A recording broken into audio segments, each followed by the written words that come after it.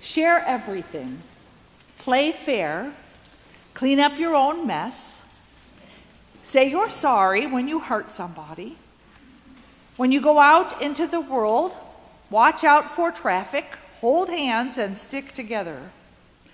These are a partial list of rules of life from Robert Fulghum's book, All I Really Need to Know I Learned in Kindergarten. And if you think you hear a similarity between his ideas and Jesus' continued teaching from his Sermon on the Mount, you would not be wrong. For Fulghum maintains he heard them all in Sunday school when he learned about the Golden Rule and love.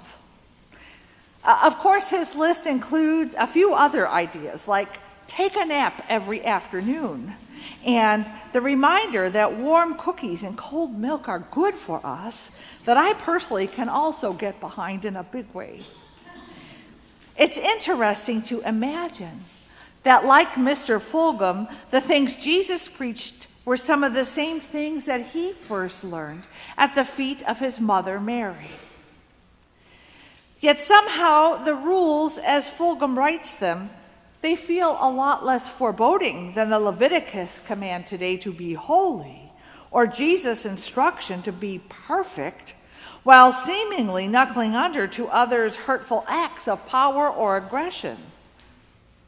This is the part of being a disciple that initially makes me want to throw up my hands and say, I am sorry, Jesus, I just can't go there. But if we return to the original language and context of this gospel, we will learn that far from telling us to be compliant, passive doormats when faced with bullying, aggression, or violence, Jesus is actually speaking volumes about what we can do instead of doing that or simply retaliating. Because he begins with, do not resist an evildoer. But the Greek word for resist is antisthenai, which means don't resist violently or rise up. In essence, he is saying, when you run up against someone who tries to take advantage of you, don't fight fire with fire. Fight fire with water. You see, we are biologically hardwired to seek retaliation and take revenge when we or someone we love has been harmed or wronged. Underneath our responsible, mature, thinking cerebral cortex brain that we use to present our rational, logical, intelligent self to the world, there lurks a reptilian brain, the amygdala, which is responsible for the flight or fight response in all animals and also in humans, houses the impulse for revenge and retribution.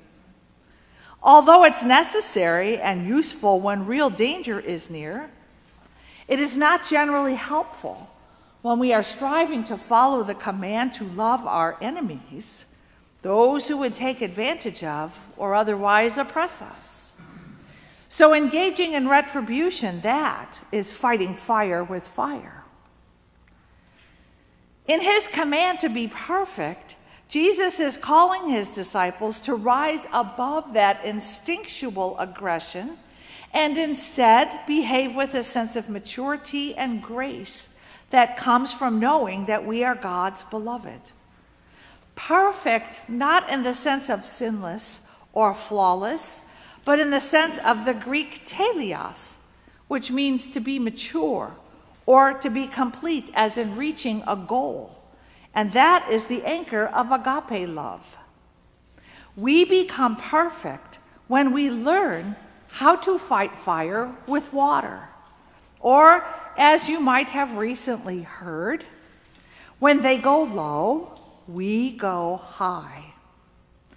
The examples that Jesus uses to teach the disciples ways to reclaim their own dignity while inviting their oppressors to reclaim theirs in the process.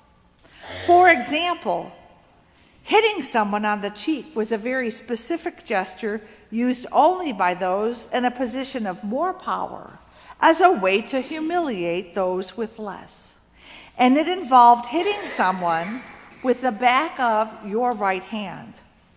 So he says, if someone hits you on the right cheek, turn the other cheek, because then you are actually compelling that person to either use his left hand or worse, use a fist to hit you.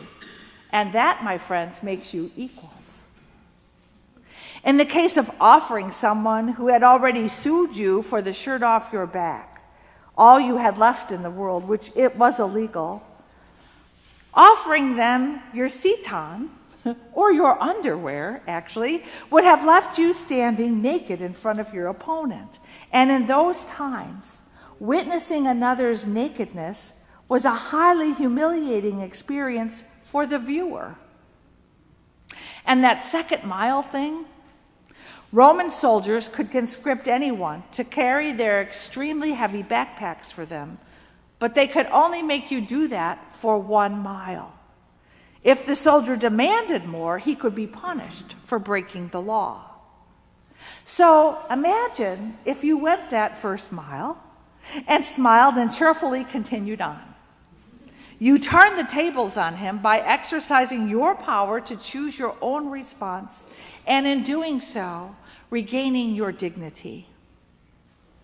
Fighting fire with water, then, is a powerful way to do that hard thing of loving our enemies.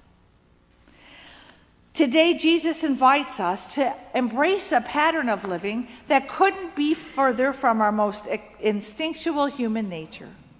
But he calls us instead to be our highest self, to raise our sights and join him in creating a more compassionate world, and to create among us an authentic community of respect based on self-giving. I began this sermon with a quote from Robert Fulghum, and I'd like to end with the words of another great author, Eugene Peterson, who in the Message translation of this gospel restates what we heard in this way: love your enemies, let them bring out the best in you. In a word, what I'm saying is, grow up. Your kingdom subjects now live like it. Live out your God-created identity. Live generously and graciously toward others the way God lives toward you. Amen.